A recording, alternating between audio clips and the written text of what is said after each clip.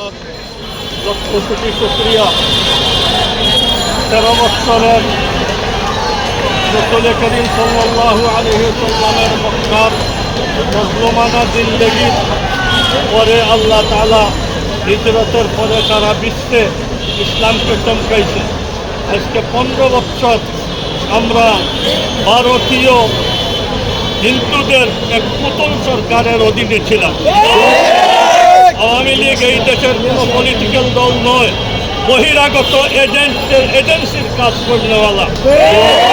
এরা হিন্দুদের আপনার বৈশ্যকার ছিল, আর হিন্দুদের পুতুল সরকার ছিল শেখ হাসিনা 15 বছর।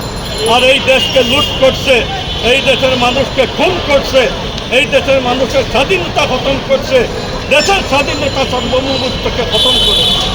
এখন আমাদের এই সংকল্প নিতে হবে, একটা স্বাধীন সরকার আমরা চাই, কোনো বিদেশি আপনার অনুসরণীয় কোনো সরকার আমরা চাই না, একটা স্বাধীন সরকার চাই।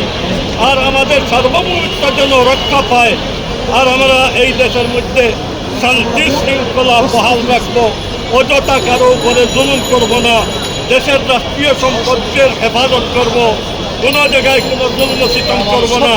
নির্দিষ্ট খুনি, নির্দিষ্ট কোনো জালিম এদের বিচারের আওতায় নিয়ে আসে, আমরা বিচারের মাধ্যমে এদের আপনার শাস্তি চাই।